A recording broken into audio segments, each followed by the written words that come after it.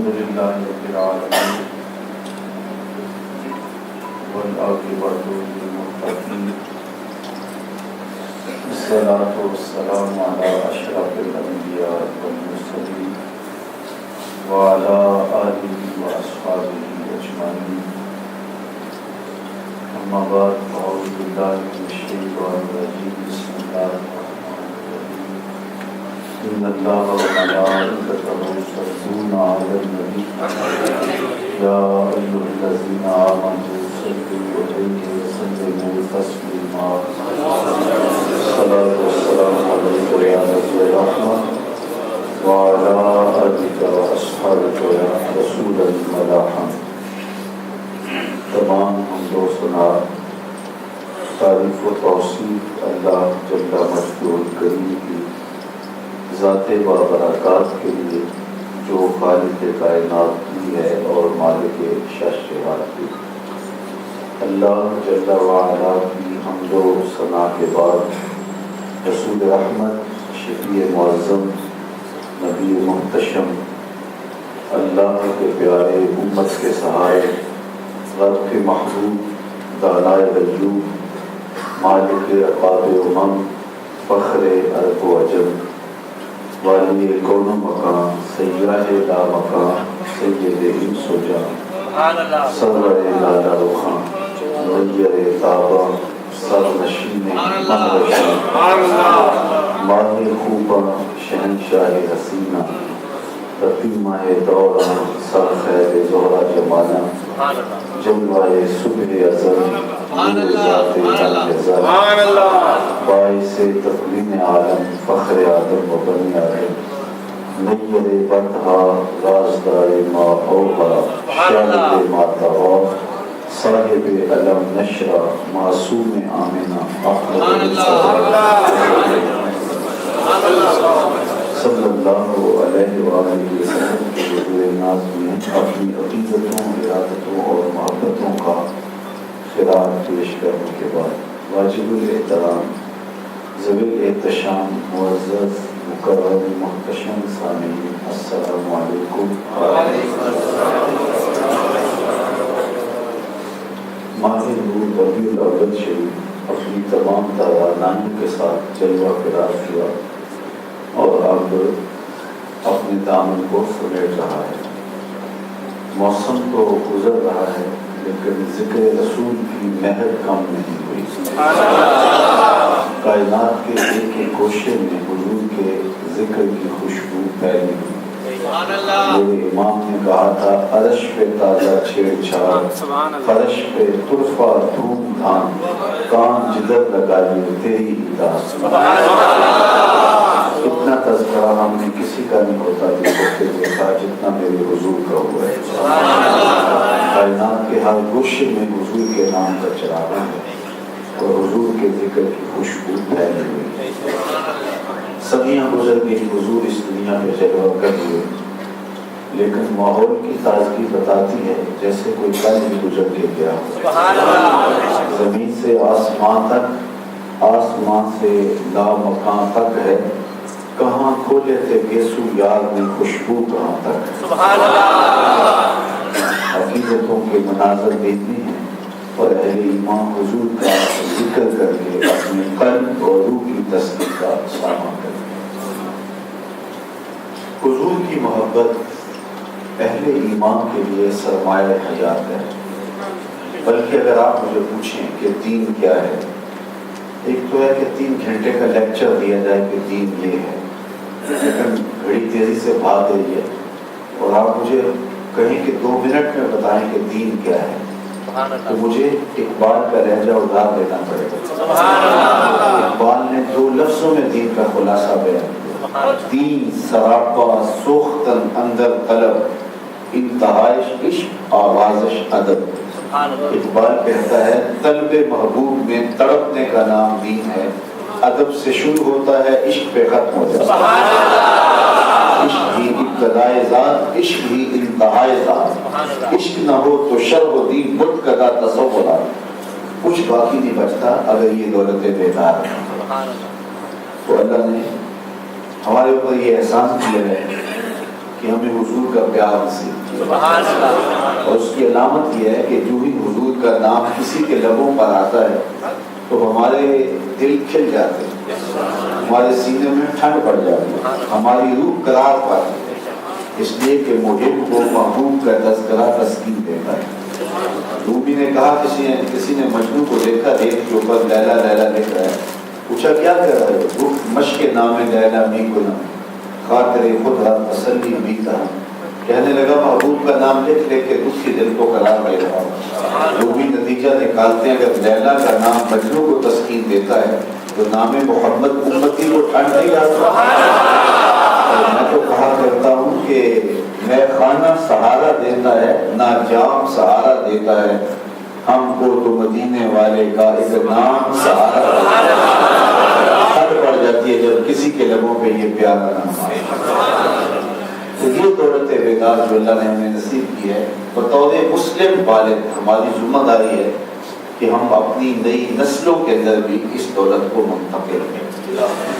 اب اس کو کیسے منتقل کیا جا سکتا ہے؟ وقت اگرچہ بہت قلیل ہے لیکن آپ کی توجہ رہی تو انشاءاللہ تھوڑے وقت میں اختصار کے ساتھ 2-3 ذرائع ہیں جن سے ہم اپنی نئی نسل کے سینے میں حضور کا پیار پیدا کر سکتے ہیں. علامہ اقبال علیہ رحمہ نے اپنے ایک دوست کو خط لکھا اور اس میں خاص طور پہ یہ 3 باتیں لکھی کہ نئی نسل کے سینے میں حضور کا پیار پیدا کرنے کا مؤثر ترین ذریعہ یہ ہے کہ ان کو حضور پر درود پڑھنے کی ترغیب دیں. درود شریف کا لازمی نتیجہ یہ ہے کہ صاحب درود پر دل میں پیار کے جذبات پیدا ہوتے ہیں. درود شریف کی من جملہ برکات میں سے ایک برکت یہ بھی ہے، فرمایا قیامت کے دن میرے سب سے نیڑے وہ ہوگا جو کثرت کے ساتھ میرے اوپر درود پڑھنے والا. یہ حضور کی قربت کا باعث ہے. درود شریف اللہ کی رحمات کے نزول کا ذریعہ ہے. جو ایک مرتبہ درود پڑھتا ہے اللہ اس پہ 10 رحمتوں کا نزول کرتا ہے، 10 گناہ مٹا دیے جاتے ہیں، نامہ اعمال میں 10 نیکیاں لکھ دی جاتی ہیں، اس کے درجے بلند کر دیے جاتے ہیں جو حضور پہ درود پڑھتا ہے. درود شریف اگر آپ اپنی اولاد کو پڑھائیں گے تو ان کی طبیعتوں میں لطافت اور نرمی پیدا ہوگی. بعض لوگوں کو شکایت ہوتی ہے کہ اولاد سخت بڑی ہے، اکڑ بڑی ہے، مزاج میں تلخی بڑی ہے، اس کی تندی اور تلخی کم کرنا چاہتے ہیں. میں تمہیں نسخہ دے کے جا رہا ہوں، انہیں درود کی تسبیح بطور وظیفہ دیں، ہفتوں اشروں میں دیکھ لیں گے ان کی طبیعت میں نرمی پیدا ہو گئی. رحمت للعالمین کا فیض انہیں پہنچا ہے. تو یہ درود کی برکات ہے. درود شریف پڑھنے والے کو اللہ تعالیٰ یہ دولت بھی دیتا ہے، اس کے لہجے میں اس کی زبان میں مٹھاس پیدا ہوتا ہے، سبحان اللہ، رس پیدا ہوتا ہے، سبحان اللہ، تاثیر پیدا ہوتا ہے. آپ جانتے ہیں کہ جو عزت علامہ اقبال کو ملی وہ کسی اور کا مقدر نہ بن سکے. حالانکہ اہل نقد غالب کو بڑا شاعر کہتے ہیں لیکن وہ پذیرائی وہ قبولیت عامہ غالب کا مقدر نہ بن سکی جو اقبال کا مقصود ہے. کسی نے یہ راز اقبال سے پوچھا کہ تیرے شعروں میں یہ کھنڈ کہاں سے آئی، تیرے شعروں میں مٹھاس کہاں سے آئی؟ تو اس نے کہا کہ میں نے 1.25 کروڑ مرتبہ حضور پہ درود پڑھا، سارا شہر نام محمد کا علیہ وسلم. میں تنہا کمال سخن کو نہ پہنچا، میں تنہا کمال سخن کو نہ پہنچا، میرے شعر ہیں اور تاثیر ان کی. تو درود شریف پڑھنے سے تمہارے لہجے میں محبت پیدا ہو جائے گی، رس پیدا ہو جائے گا، مٹھاس پیدا ہو جائے گی. درود شریف کا ایک اور بہت بڑا فائدہ ہے. آج کے دور میں جب 72-73 آدمی ایک بندے کو کھینچ رہے ہیں اور ہر شخص قرآن و حدیث سنا رہا ہے، 72-73 فرقوں نے اسلام کا حلیہ بگاڑ کے رکھ دیا. ہر بندہ کہہ رہا ہے میں سچا ہوں اور ہر بندے کے لبوں پہ قرآن کی بولی ہے، حدیث رسول ہے. ایک عام آدمی تو پریشان ہوتا ہے کہ سچا کون ہے غلط کون ہے. بعض لوگ تو پریشان ہو جاتے ہیں، وہ کہتے ہیں ہم گالی پڑھ لیں. تو کبھی آپ نے دیکھا ہوگا کہ ہمارے پاکستان میں وہ لاری اڈے پہ جو کنڈکٹر حال کرتے ہیں سواری کا، ایک سامان کھینچ کے لے گیا، دوسرے نے بچے کو چھین لیا، تیسرے نے بڑھیا کو بازو سے پکڑا کہ نہیں میری بس میں آؤ. تو سامان ادھر جا رہا ہے، بچہ ادھر جا رہا ہے، تو بوڑھی عورت کو کنڈکٹر ادھر کیا کر رہا ہے، تو وہ غصے میں کہتے ہیں بھائی میں نے چھڑ دینا کتنے میں نہیں جانا، حالانکہ کہیں نہ کہیں جانا تو اس نے ہوتا ہے، لیکن جب اتنے لوگ کھینچ رہے ہوں تو وہ پریشان ہو جاتے ہیں جائیں تو کدھر جائیں۔ 72-73 آدمی ایک شخص کو کملا کر دیتے ہیں، ہر کہتا ہے میں سچا ہوں میں سچا ہوں، تو کیسے پتا چلے گا کہ سچائی کدھر ہے؟ سبحان اللہ۔ امام زین العابدین سے کسی نے پوچھا، حضرت جب کثرت سے ترنت پر فت ہو جائیں گے تو زمانے میں حق کو پہچاننے کا طریقہ ہے۔ امام سخاوی نے قول البدی میں لکھا ہے کہ حضرت امام زین العابدین نے کہا کہ جو اہل السنہ ہوں گے وہی اہل حق ہوں گے۔ سائل بہت سیانا تھا، بہت سمجھدار تھا، بڑا دور اندیش تھا، اس نے ایک سوال اور کر دیا، کہا بہت سارے لوگ اسی ٹائٹل کے ساتھ ہوں تو اس میں اصلی سنی کی پہچان کیا ہو؟ ہر بندہ گلے کاٹنے والا بھی کہے کہ میں سنی ہوں، لاشوں کو قبروں سے نکال کر لٹکانے والا بھی کہے کہ میں سنی ہوں، تو کیسے پتہ چلے گا کہ اصلی کون ہے؟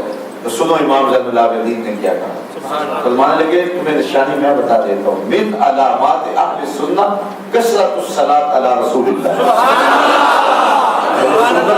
جملہ نشانیوں میں سے ایک نشانی یہ ہے کہ وہ کثرت کے ساتھ حضور پہ درود پڑھنے والے ہیں۔ لوگ ہمیں کہتے ہیں یہ میلادی ہیں، یہ درودی ہیں، ہم کہتے ہیں تم تانے دو، یہ ہمارے لیے تمغہ امتیاز ہے، یہ فخر کی بات ہے۔ تو اپنی اولاد کو کثرت کے ساتھ حضور پہ درود پڑھنے کی ترغیب میں اس کا لازمی نتیجہ یہ ہوگا ان کے سینے میں حضور کا پیار پیدا ہوگا۔ دوسری بات، انسان کی فطرت ہے کہ وہ حسن کی طرف مائل ہوتا ہے، یہ طبع ہے ہر شخص کی۔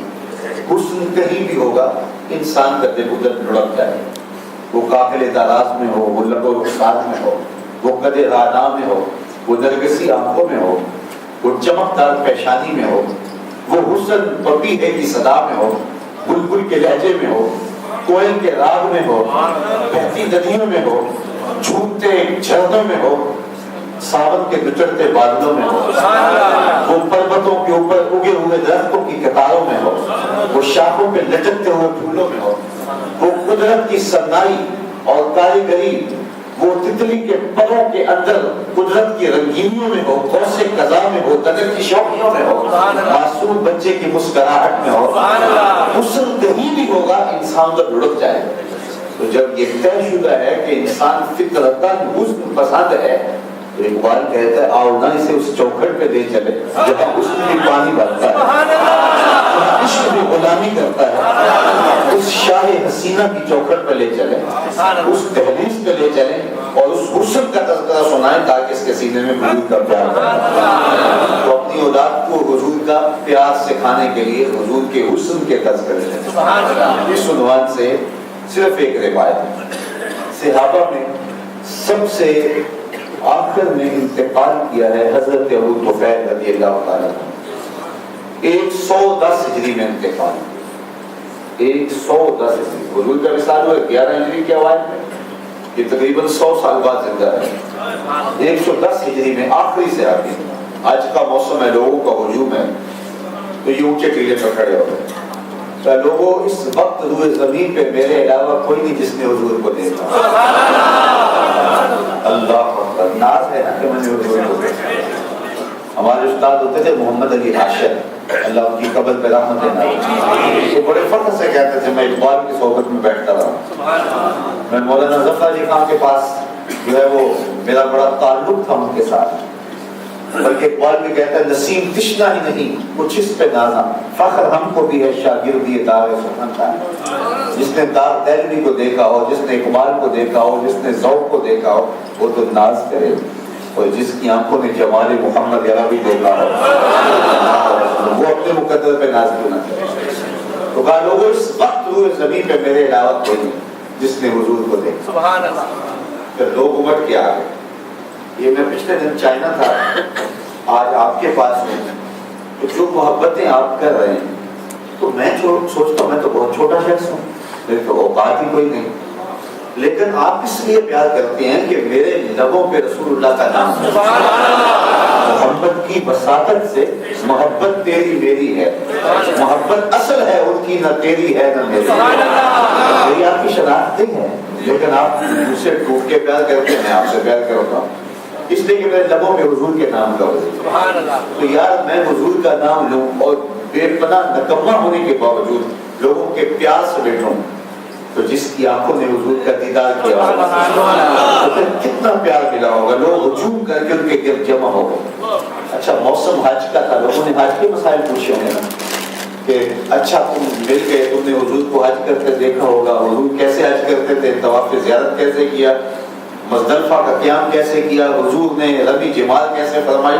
لیکن تاریخ کا جواب نفی ہے, کسی نے کوئی ایسا سوال نہیں پوچھا. سب نے کہا صرف لنا رسول اللہ صلی اللہ علیہ وسلم. تم نے حضور کو دیکھا ہے, بتاؤ حضور کا حلیہ کیسا تھا, زلفیں کیسی تھیں, آنکھیں کیسی تھیں, آنکھوں میں معاذات کے ڈورے کیسے تھے, زلفیں کیسی تھیں, زلفوں میں کنڈل کیسے تھے, ہمیں حضور کا حلیہ بیان کرو.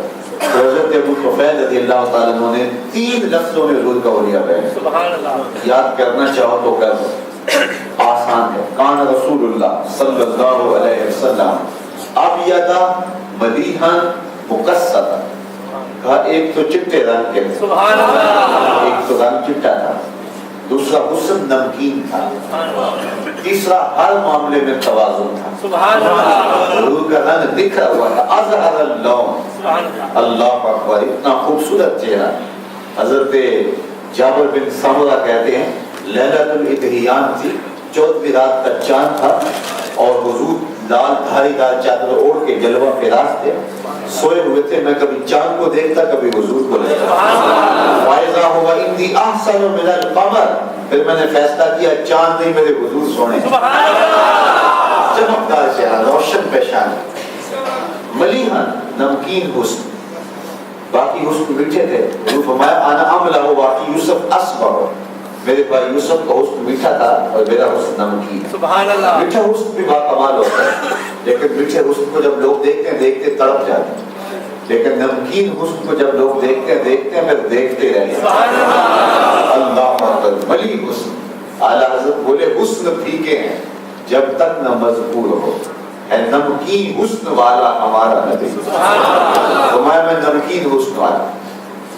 اچھا تیسری بات, حضور علیہ السلام کے بارے فرمایا کہ مقصد, حضور درمیانی متوازن کیفیت کے مالک تھے. ابل الذرائین والسعدین والزندین, سر مبارک, پیٹ مبارک, کلانیاں, بازو سب برابر, موزونیت کے اتفاق. سوا صدر البطن, پیٹ اور سینہ برابر, پیٹ اٹھا ہو سینہ اندر پچکا ہو, تو بتاؤ کہ شخصیت بے رغ ہوتی ہے کہ نہیں.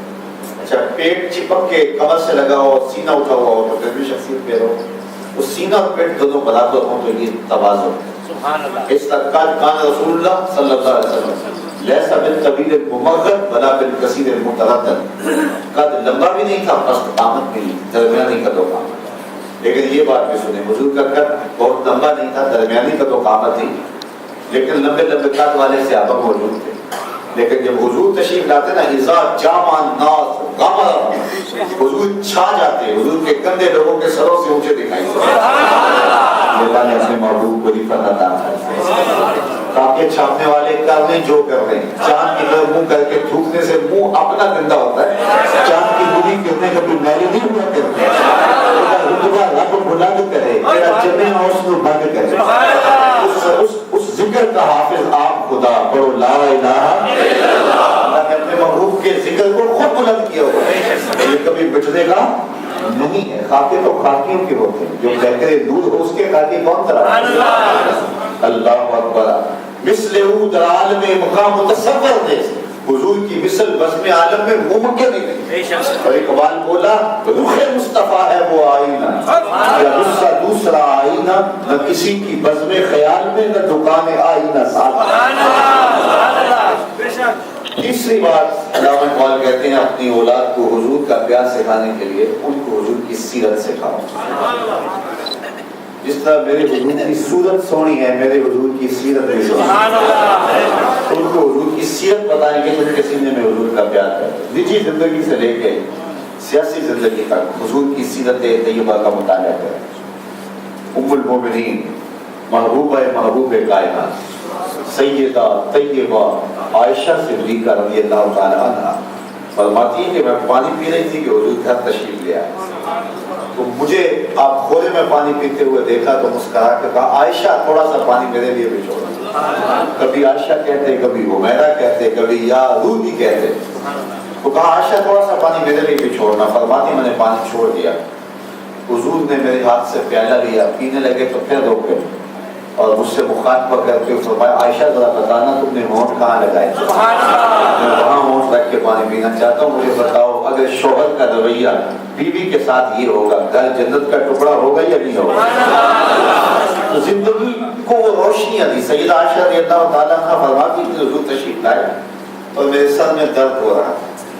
اللہ اکبر. جب غمخوار سامنے آ جائے تو پھر دکھڑے سنانے کو جی چاہتا ہے نا. تو جب غمخوار سامنے آئے نا تو درد سر میں تھا ہی. تو پھر حضرت عائشہ رضی اللہ تعالیٰ عنہا نے کہا واہ صاحب, آئے میرا سر گیا. حضور نے فرمایا وَأَنَا یا عائشہ, عائشہ یہ تو میرے سر میں درد ہو رہا ہے. سبحان اللہ. جب بیوی کے درد کو اپنا درد سمجھا جائے, اس کے دکھ کو اپنا دکھ سمجھا جائے تو پھر کیفیت کیا ہوگی. بلکہ حضور نے ایک دن لاڈ سے فرمایا, صحیح بخاری میں روایت ہے, فرمایا عائشہ جب تم مجھ سے راضی ہوتی ہو اور جب شکر رنجی ہوتی ہے تو مجھے پتا ہوتا ہے. یا رسول اللہ وہ کیسے؟ فرمایا جب تم مجھ سے خوش ہوتی ہو اور بات کرتے کرتے قسم کی نوبت آتی ہے تو تم کہتی ہو لا ورب محمد, مجھے محمد کے رب کی قسم. اور جب کچھ شکر رنجی ہوگی ہوتی ہے, کسی کو ناراضگی ہوگی ہوتی ہے, تو پھر جب تم باتوں میں قسم کی نوبت تک پہنچتی ہو تو تم کہتی ہو لا ورب ابراہیم, مجھے ابراہیم کے رب کی قسم. تو حضرت عائشہ رضی اللہ تعالیٰ عنہ نے کہا ما احجر الا اسمک, حضور نام چھوڑتی ہوں دل میں آپ ہی ہوتے ہیں, دل میں میرے آپ کے. تو حضور کی سیرت دیکھیے, نجی زندگی سے لے کر کے فرمایا خیرکم لاہلہ وانا خیرکم لاہلی, تم میں سے بہتر وہ ہے جو اپنے اہل خانہ کے ساتھ رہتا ہے اور میں تم میں سب سے زیادہ اپنے اہل خانہ کے ساتھ رہتا ہوں. کچھ لوگ دوستوں کے ساتھ بڑے اچھے ہوتے ہیں, رشتہ داروں کے ساتھ بھی اچھے ہوتے ہیں, اپنے کولیگز کے ساتھ بھی بڑے اچھے ہوتے ہیں, لیکن گھر جاتے کام بن جاتے ہیں, ماتھے پہ شکن آ جاتے ہیں اور بیوی کو غلام سمجھتے ہیں. تو فرمایا سب سے بہتر وہ ہے کہ جو اپنے اہل خانہ کے ساتھ رہتا ہے.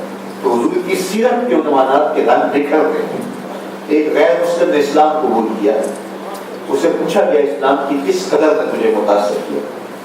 اس نے کہا سیرت کا صرف ایک واقعہ میری ہدایت کا سبب بن گیا. وہ کیسے؟ کہا مجلس رسول کریم کی لگی ہوئی تھی, ایک شخص اٹھا, کہا میرا بیٹا کئی دنوں سے گم ہے, مل نہیں رہا, آپ دعا کرتے ہیں بیٹا مل جائے. قبر اس سے کہ گورے گورے ہاتھ اٹھتے اور اجابت کے سارے دار کھل جاتے.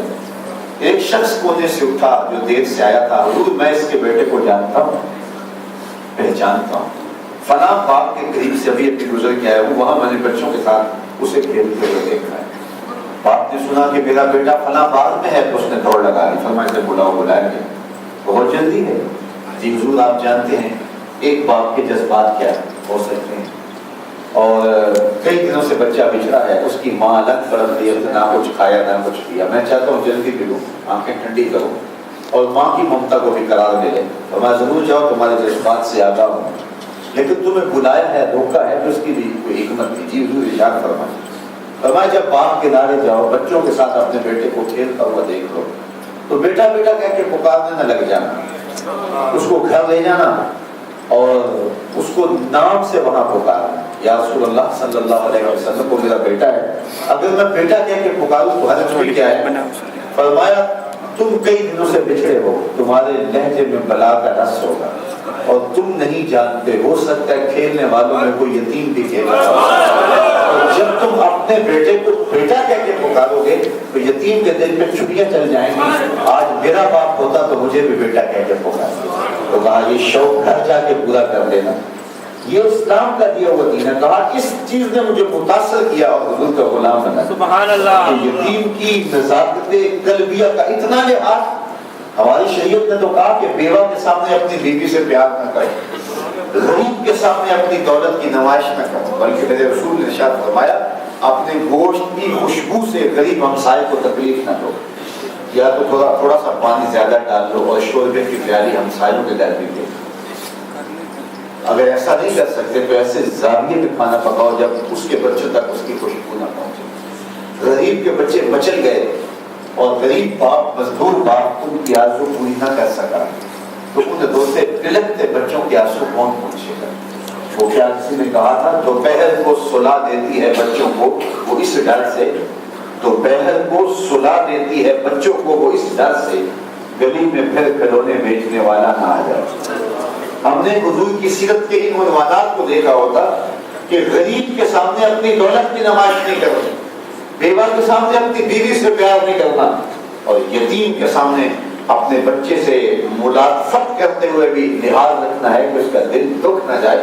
اور میرے اور آپ کے آقا مولا عیدگاہ جا رہے ہیں، راستے میں ایک بلکتا ہوا بچہ دیوار سے لپٹ کے روتا ہوا نظر آیا، حضور رک گئے، لوگ انتظار کر رہے ہیں، اور جب لوگ شدت سے انتظار کر رہے ہیں تو اس وقت بے چینی الگ ہوتی ہے۔ یہ راستے میں ٹریفک کا تھوڑا سا مسئلہ تھا اور مجھے یہاں 1:15 بجے پہنچنا تھا تو 10 منٹ تقریباً لیٹ ہو گیا، تو میرے اندر اس طرح کا ایک عالم تھا کہ میں اڑ کے چلا جاؤں، لوگ بے چین ہوں گے، اور میں نے وعدہ کیا ہوا ہے اب عیدگاہ میں لوگ منتظر ہیں، تو میرا انتظار کیا ہوگا؟ انتظار تو رسول اللہ کا تھا نا، تو رسول اللہ کا جب انتظار ہو رہا ہوگا تو کتنی بے چینیاں ہوں گی، لیکن حضور رک گئے۔ کتنا اہم کام تھا کہ حضور ٹھہر گئے۔ اس بچے کو پوچھا آج تو عید کا دن ہے، خوشیوں والا دن ہے اور تم رو رہے ہو؟ اس نے کہا فلاں غزوے میں میرا باپ شہید ہو گیا، میری ماں نے دوسرا نکاح کر دیا، اور اب اس بھری دنیا میں میرا کوئی نہیں۔ حضور نے رحمت بری باہیں کھول دی اور آغوش سمیٹتے ہوئے فرمایا جس کا کوئی نہیں اس کا میں تو ہوں، دنیا تو ہے میری آساں کا سہارا، دس کنوں کراں جے تینوں نہ کراں یاد۔ حضور نے آغوش میں سمیٹ کر دی